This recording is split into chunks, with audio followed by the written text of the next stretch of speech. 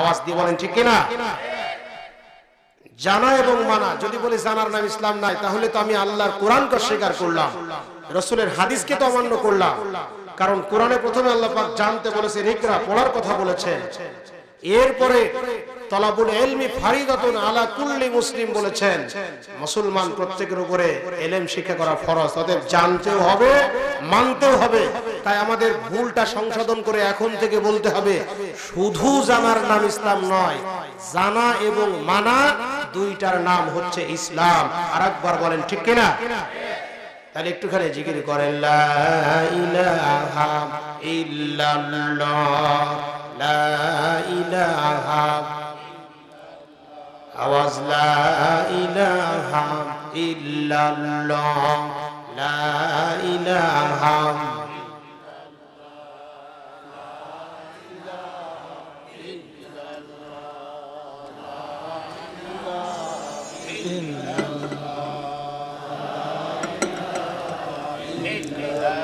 যদিও সংখ্যায় অল্প, আমার চুয়াডাঙ্গায় যে যেন আপনাদের প্রশংসা করে করতে পারে গল্প, এজন্য আওয়াজ মাঝে মধ্যে একটু বাড়ানোর দরকার। যদিও কাজ কাম করে আপনাদের শরীর ক্লান্ত, তারপরে একটু আওয়াজ দিয়ে জিকির, লা ইলাহা, লা ইলাহা ইল্লাল্লাহ, লা ইলাহা ইল্লাল্লাহ মুহাম্মাদুর রাসূলুল্লাহ সাল্লাল্লাহু আলাইহি ওয়াসাল্লাম। আপনারা কি এখানে আসার পর কি লাভ হয়েছে না লস হয়েছে? আপনাদের কত লাভ হয়েছে শোনেন। আল্লাহর নবী বলেছেন, যারা কোরআনের জ্ঞান অর্জন করার জন্য ঘর থেকে বেরিয়ে আরেক জায়গায় যায়, তাদের যাওয়ার পথে আল্লাহর ফেরেশতারা তাদের পায়ের নিচে নূরের পাখা বিছায় দেয়। আপনারা তো কোরআনের জ্ঞান, হাদিসের জ্ঞান, ইলমে দ্বীনের জ্ঞান অর্জন করার জন্য এসেছেন। আপনাদের জন্য আল্লাহর ফেরেশতারা এবং সমস্ত প্রাণী জগৎ আল্লাহর কাছে বলছে, রব্বুল আলামিন, তোমার যে বান্দাগুলো এই মাহফিলে গেল, যে চর আঙ্গার আঙ্গারু মাঠপাড়ার মাহফিলে যারা গেল, আমরা সাপেরা, আমরা ব্যাঙেরা, আমরা পিপিলিকারা, আমরা পাখিরা তোমার কাছে দোয়া করছি, ওই মাহফিলে যারা গেল তাদের জীবনের সব গুনাহ মাফ করে দাও। বলেন সুবহানাল্লাহ। সম্মানিত ভাইরা আমার, কিন্তু আফসোস লাগে, কোরআনের মাহফিলে বাড়ির পাশে আছে অথচ মাহফিলে আসতে পারে নাই। মানুষ কোরআন থেকে অনেক দূরে চলে যাচ্ছে। আবার আমাদের সমাজে কিছু লোক আছে, কিছু মানুষ আছে, তারা কোরআনের মাহফিলটা এখন তাদের কাছে খুব বেশি ভালো লাগছে না। এমনকি মাঝে মধ্যে বলে ফেলছে যে কোরআনের মাহফিলে ভালো কথা চাইতো খারাপ কথা বেশি হয়। নাউজুবিল্লাহ বলেন সবাই। কোন মৌলানা তো কোনোদিন বলে না যে আপনারা সুদ খাবেন, ঘুষ খাবেন, মদ খাবেন, জিনা করবেন, মিথ্যা কথা বলবেন, বাপ মাকে কষ্ট দেবেন। কেউ কি বলে নাকি? তাহলে মমতাজ কি করে বললো যে ওয়াজ মাহফিলে ভালো কথা চাইতো খারাপ কথা বেশি হয়? এই কথা বলা মানে হলো কোরআনকে ভালো না বাসা। আর কোরআনকে যারা ভালোবাসবে না, তাদের ঠিকানা হবে কোন জায়গায় শোনেন। আল্লাহ বলেন, ওয়ামান আরাদা আন যিকরি ফাইন্না লাহু মাঈশাতান দনকা আনা হাশুরুহু ইয়াউমাল কিয়ামাতি আ'মা। আল্লাহ পাক বলেন, যারা কোরআন থেকে দূরে থাকবে, কোরআনকে মহব্বত করবে না, কোরআনকে সম্মান করবে না, ওই ব্যক্তির দুনিয়ার জীবনটা সংকীর্ণ হবে। টাকা পয়সা, গাড়ি বাড়ি সব তার থাকবে, কিন্তু সংসারে, পরিবারে কোনো শান্তি থাকবে না। অনেক মানুষকে আমরা দুনিয়ায় দেখতে পাই, অনেক টাকার মালিক, ক্ষমতার মালিক, চেহারার মালিক, শিক্ষার মালিক, কিন্তু সংসারে তাদের কোনো শান্তি নাই, পরিবারে শান্তি নাই।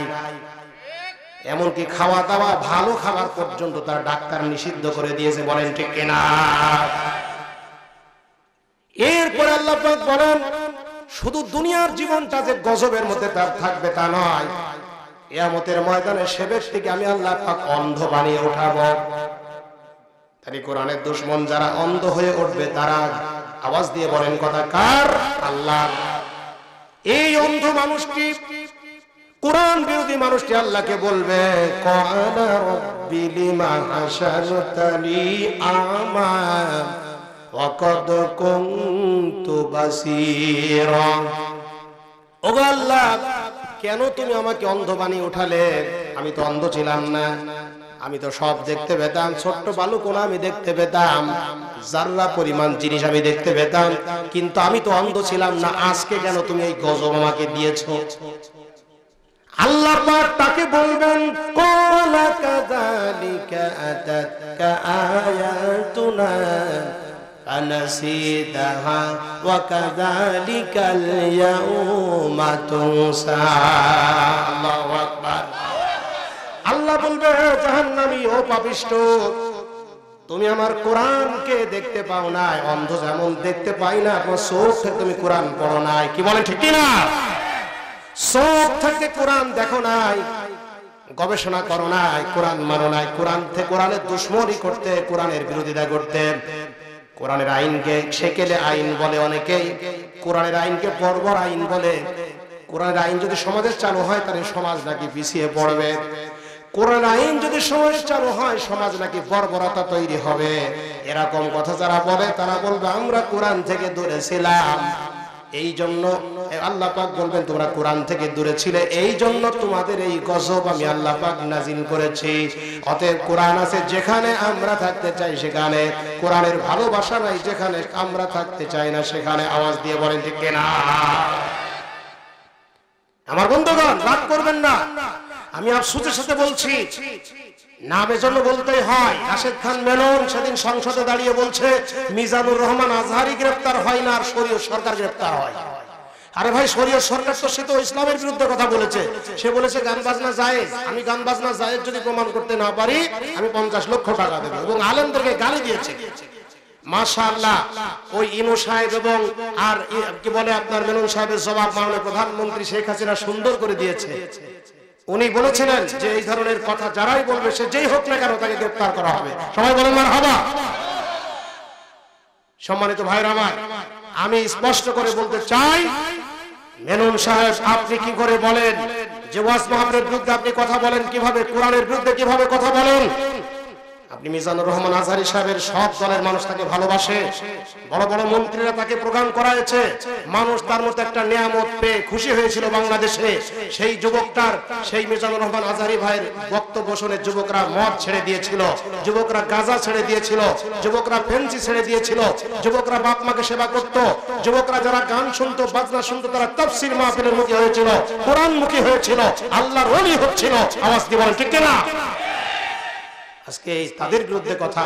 তাই মাননীয় জাতীয় সংসদ সদস্য আমাদের এই যে বগুড়া, ওনার নাম হচ্ছে রেজাউল করিম, তাকে আমি ধন্যবাদ দিলাম। তাকে তিনি বলল সংসদে দাঁড়িয়ে যে মাননীয় স্পিকার, আমি মাননীয় প্রধানমন্ত্রীর প্রতি আমার দৃষ্টি আকর্ষণ করছি যে বুকটা ফাইটটা যায়। আমি কিন্তু বলছি না, উনি আওয়ামী লীগের একজন সংসদ সদস্য, দেখেন কত ভদ্র কথা বললো, যে যখন বুকটা ফাইটটা যায় বলে গান বলে তখন তার বিরুদ্ধে কেউ কথা বলে না।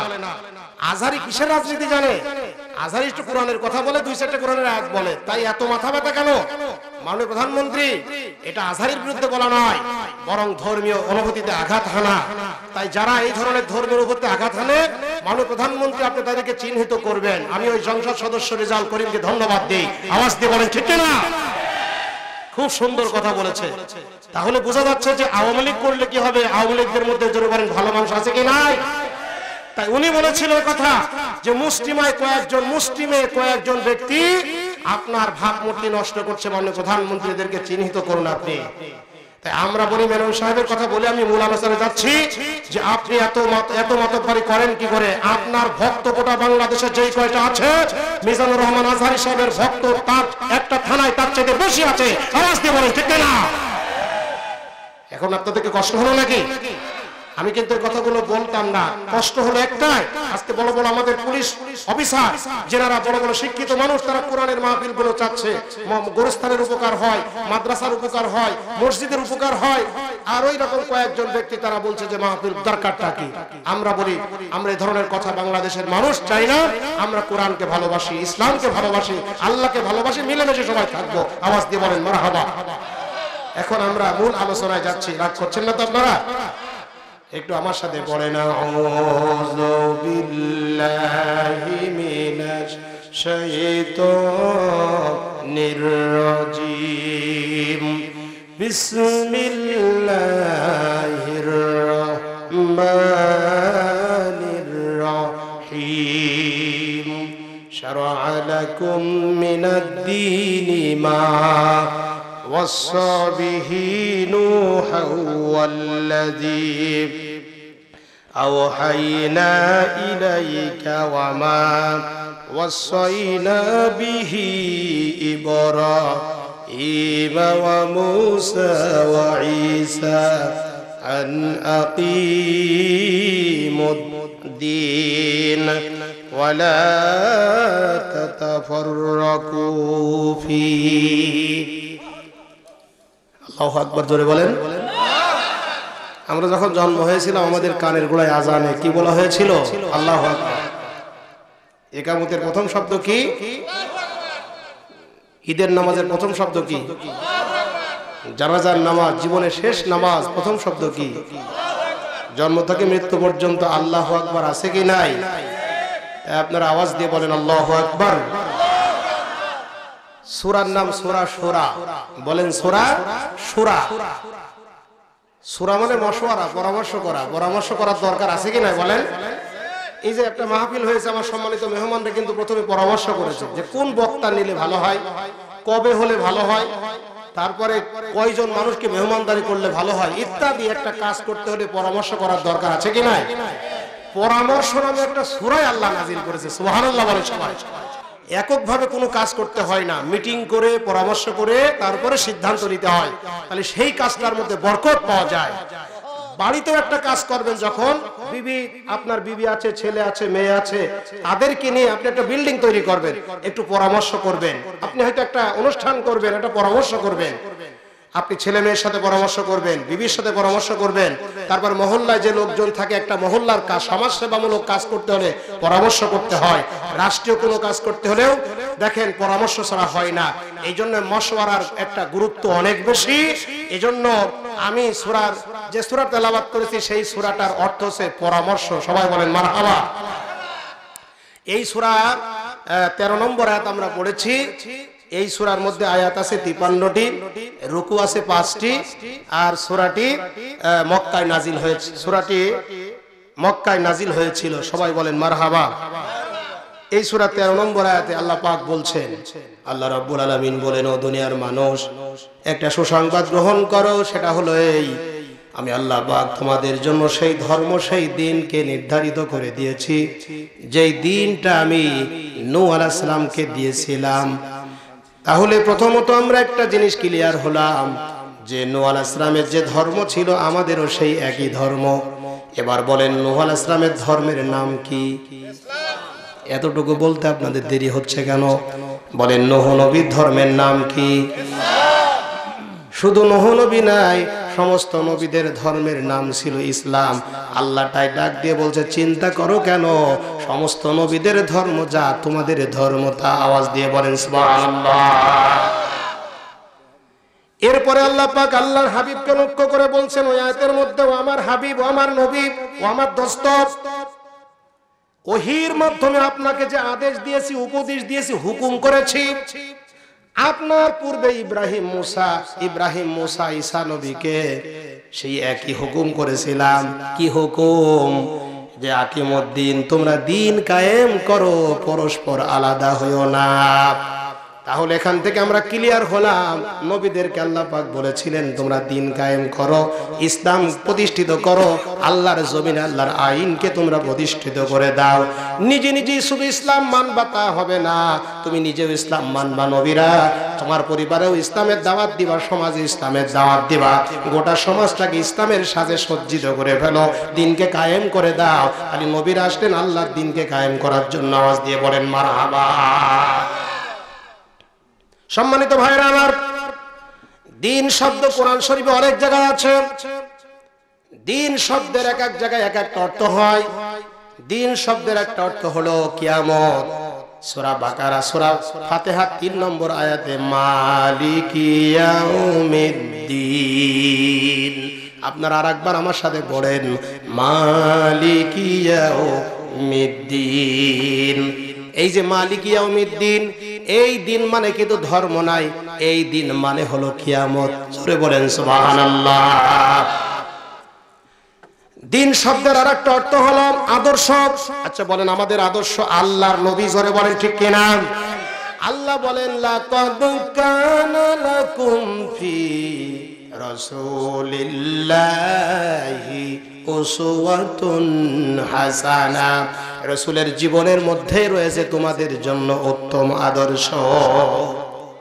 আমাদের আদর্শ লেনিন, আমাদের আদর্শ কার্ল মার্কস নয়, দারুন নাই, মাও সেতুং নাই, লেনিন নয়, আব্রাহাম লিঙ্কন নাই, রবীন্দ্রনাথ ঠাকুরও নাই, কাজী নজরুলও নাই, পৃথিবীর কোন নেতা নেত্রী আমাদের আদর্শ নাই। আল্লাহ বলে তোমাদের সকলের আদর্শ হলো বিশ্ব নবী মুহাম্মদ রাসূলুল্লাহ সাল্লাল্লাহু আলাইহি ওয়াসাল্লাম। সম্মানিত ভাইরা আমার, সেই নবীকে আদর্শ আমরা মানতে চাই না। আমার নেতা, তোমার নেতা বিশ্ব নবী মুস্তাফা আমরা বলতে চাই না। যদি কেউ বলে তাও আমাদের রাগ হয়।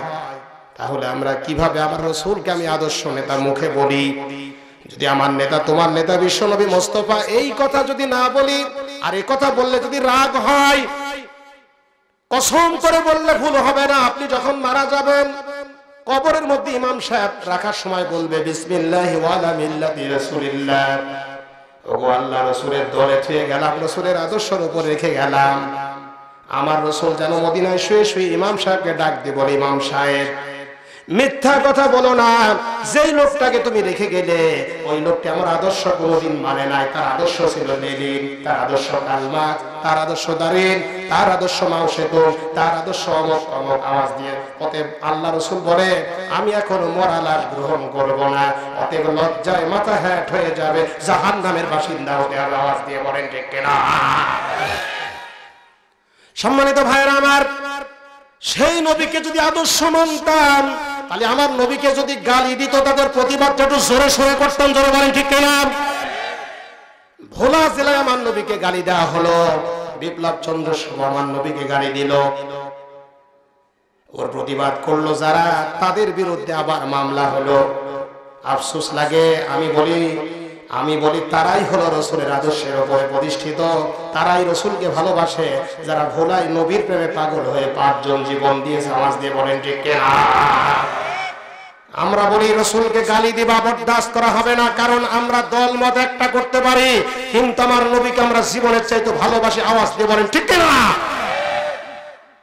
আমরা বলি যে 5 জন নাই, বরং আমার নবীর প্রেমে পাগল হয়ে আমরা 500 মানুষের জীবন যদি চলে যায় যাবে, তারপরও নবীর বিরুদ্ধে একটা গালি দেওয়া হবে, নবীকে কটূক্তি করা হবে, নবীকে অপমান করা হবে, এটা বরদাস্ত করা হবে না।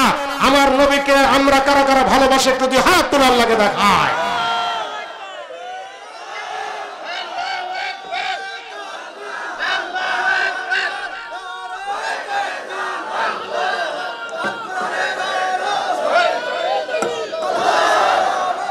আপনাদের কষ্ট হলো নাকি? মনে হচ্ছে যতই রাত বেশি হচ্ছে তত যেন আপনাদের আরো চেহারাটা উজ্জ্বল হচ্ছে। সবাই বলেন মারহাবা।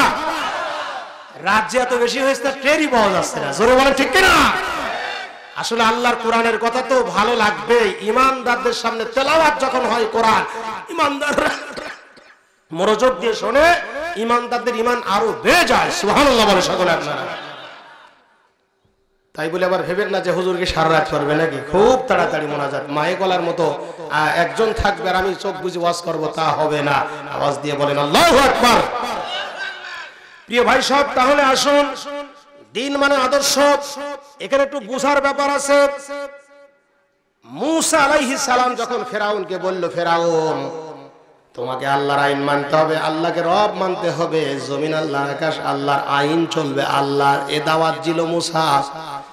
তখন ফেরাউন খুব রাগ হলো, ফেরাউন মূসা নবীকে হত্যা করার জন্য পরিকল্পনা করল। ফেরাউন বলল, ফেরাউন কি বলেছিল সেই কথা আল্লাহ পাক সূরা মুমিনের 26 নম্বর আয়াতে বলে দিয়েছে। ফেরাউন তখন বলল, যখন মূসা নবী দাওয়াত দিল, তখন ফেরাউন বলল, অকালা ফিরআউন দারুনি আকতুল মূসা ওয়ালিয়াদউ রাব্বাহু রাব্বাহু ইন্নী আখাফু আন ইউবাদদিলা দীনাকুম। ফেরাউন বলল, আমার দলবল, আমার দেশের লোকজন, আমার লস্কর আমাকে ছেড়ে দাও, আমি মূসা নবীকে হত্যা করব। আমি এই মূসা নবীকে যদি মেরে না ফেলি, হত্যা না করি, জবাই না করি, তাহলে আমি ভয় করছি মূসা নবী একদিন তোমাদের দিন বদলায় দেবে। ওই যে ফেরাউন যে দিন শব্দ উল্লেখ করেছিল, ওই দিন মানে ধর্ম নাই, ওই দিন মানে কিয়ামত নাই। ওই ফেরাউন যে দিন উল্টে দেবে বলেছিল, ওই দিন মানে হলো আদর্শ, রাজনীতি, অর্থনীতি, বড়নীতি, সাংস্কৃতিক, যুদ্ধনীতি, রাষ্ট্রীয় ব্যবস্থা। তাহলে বোঝা গেল দিন শব্দের অর্থ শুধু ধর্ম নাই, দিন শব্দের অর্থ হলো রাষ্ট্র ব্যবস্থা। আওয়াজ দিয়ে জোরে বলেন কথা ঠিক কিনা? বন্ধুরা আমার, দিন শব্দের আরেকটা অর্থ হলো আইন। দলিল হলো সূরা মায়দার 3 নম্বর আয়াত। আল্লাহ পাক বলেন, আল ইয়াউমা আকমালতু লাকুম দীনাকুম ওয়া আতমামতু আলাইকুম নি'মাতি ওয়া রাদিতু লাকুমুল ইসলাম দীনা। ইসলাম দীনা, এই দিন মানে ধর্ম নাই, এই দিনা মানে আদর্শ নাই, এই দিন মানে কিয়ামত নাই। ইসলাম দীনা। সূরা মায়দার 3 নম্বর আয়াতে যে দিন শব্দ আল্লাহ উল্লেখ করেছেন, ওই দিন মানে হলো আইন। আওয়াজ দিয়ে বলেন সুবহানাল্লাহ। কি ব্যাপার, আপনাদের কি কষ্ট হচ্ছে নাকি? আপনারা সকলে আমার দিকে মনোযোগ দেন। এবার আপনারা আসেন সূরা সূরা 13 নম্বর আয়াতে আকিমুদ্দিন আছে কি নাই?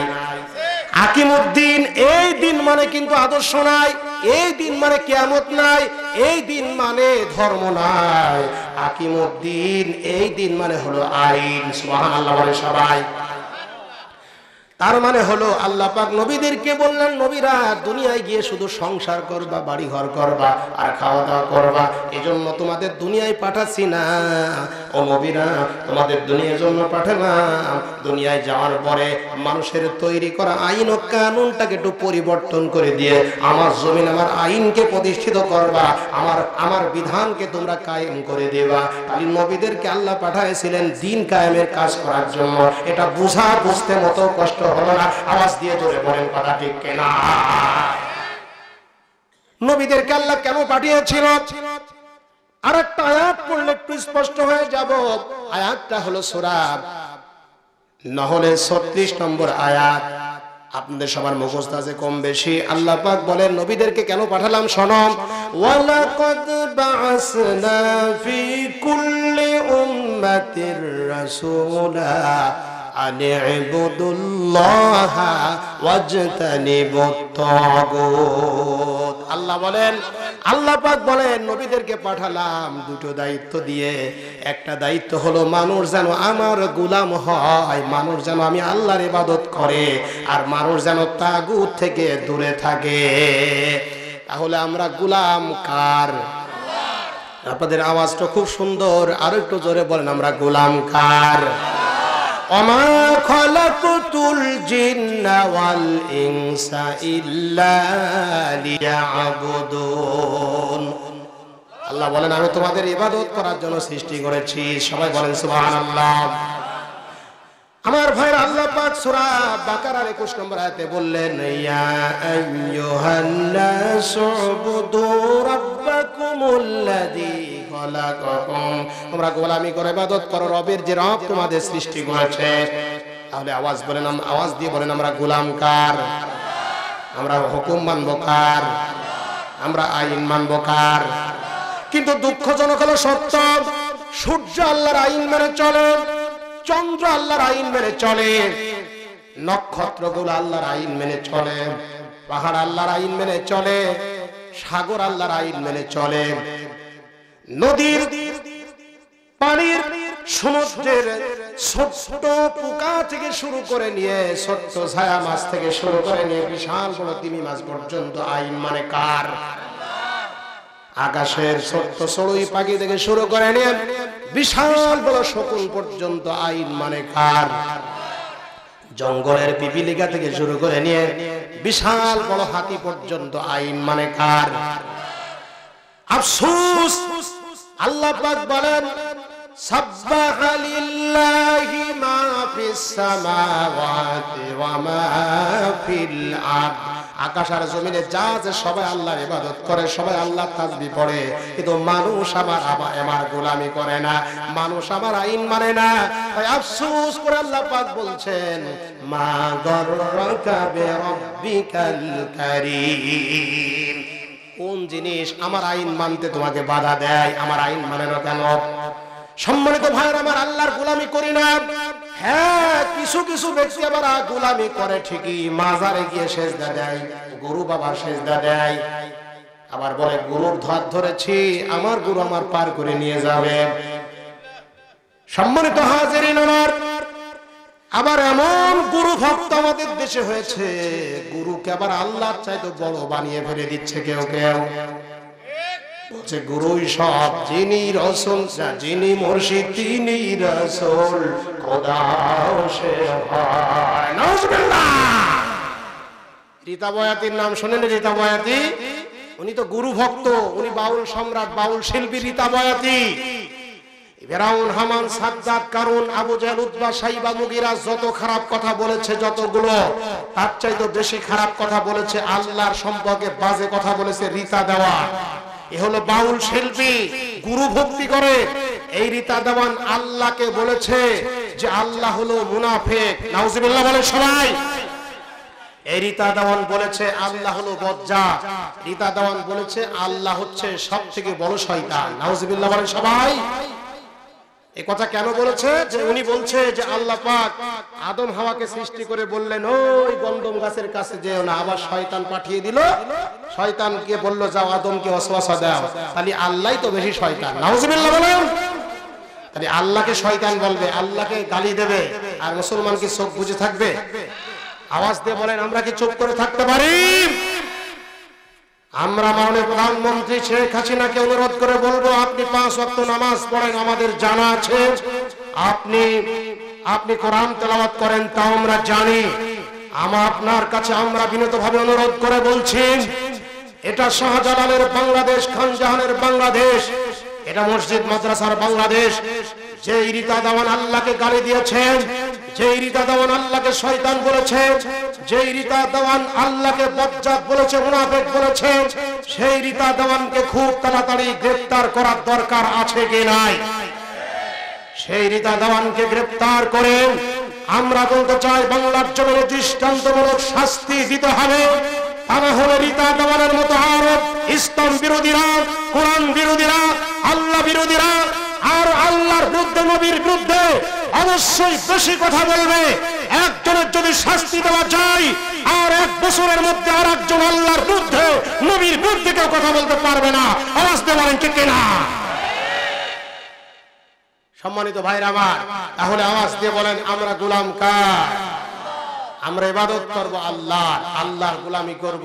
আল্লাহ পাকের সমস্ত নবীরা বললেন, আল্লাহ পাকের সমস্ত নবীরা বললেন ইয়া কওমি ইবুদুল্লাহ মা লাকুম মিন ইলাহিন গায়র। তোমরা আল্লাহর গোলামি করো, আল্লাহ ছাড়া কোনো ইলাহ নাই, আর তাগুতকে তোমরা বর্জন করো। আমার ভাইরা, আল্লাহর গোলামি, আমি যে আল্লাহর গোলাম, এটা সবথেকে বেশি প্রকাশ করা যায় নামাজের মধ্যে। জোরে বলেন ঠিক কিনা?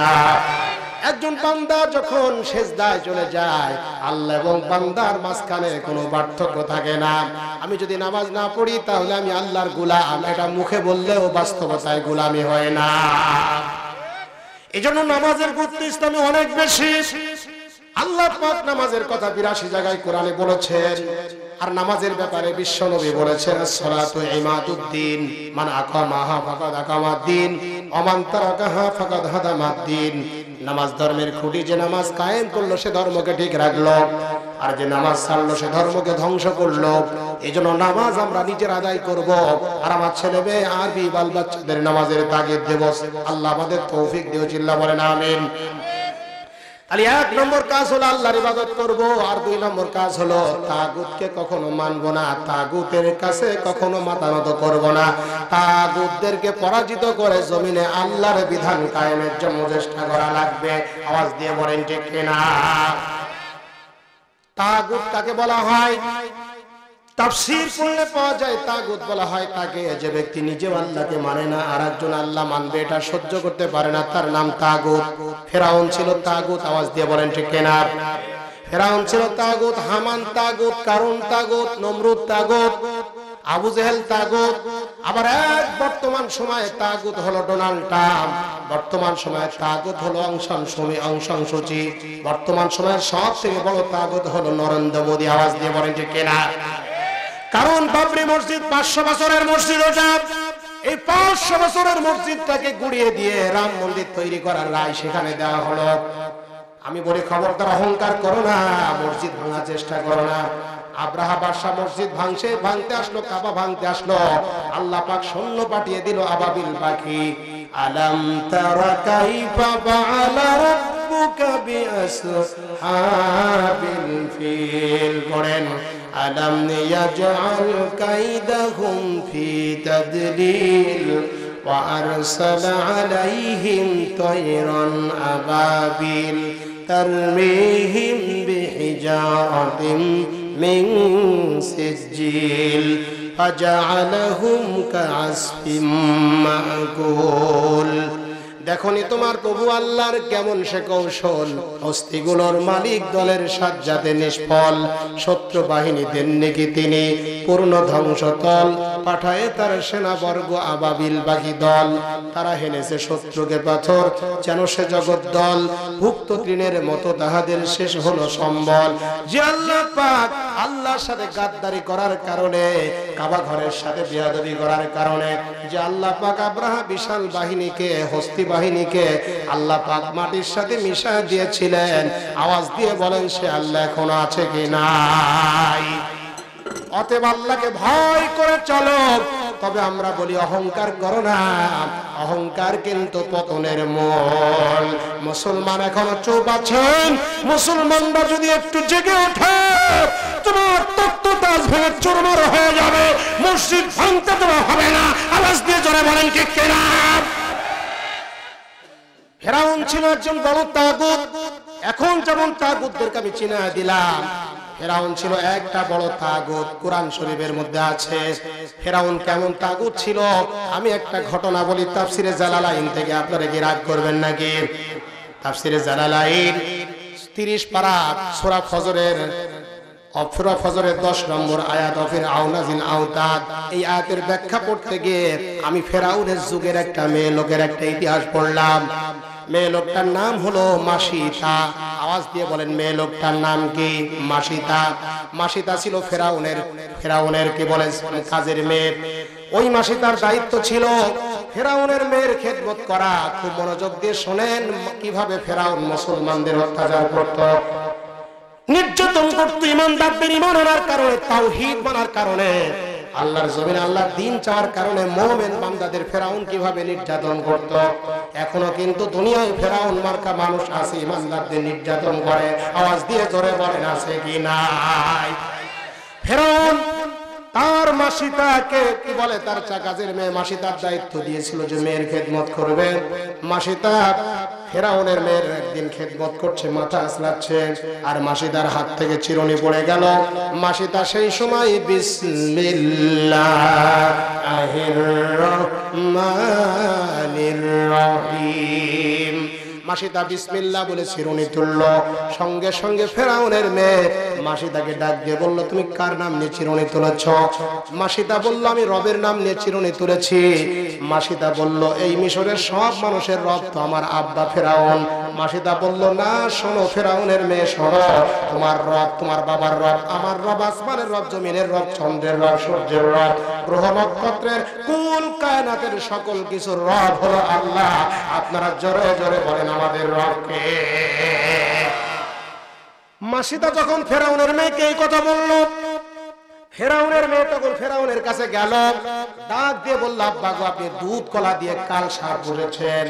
ওই মাসিতা আপনার বাড়ি চাকরি করে, আপনার মেয়ের খাদেম, আপনার বেতন নেয়, কিন্তু মাসিতা আপনাকে রব মানে না। সঙ্গে সঙ্গে গাদ্দার, তাগুত, অহংকারী ফেরাউন বলল মাসিটাকে আমার সামনে ডাকো। ফেরাউনের মেয়ে মাসিটাকে ফেরাউনের সামনে ডাকলো। ফেরাউনের চতুর্দিকে জল্লাদরা দাঁড়ানো। মাসিটাকে ফেরাউন ডাক দিয়ে বলল তোমার রবকে। আসলে আল্লাহকে যে ভয় করে দুনিয়ার কোনো ব্যক্তিকে সে ভয় করে না, কারণ জানে আমার আল্লাহর সামনে মাথা নত করবো, কারোর সামনে মাথা নত করবো না।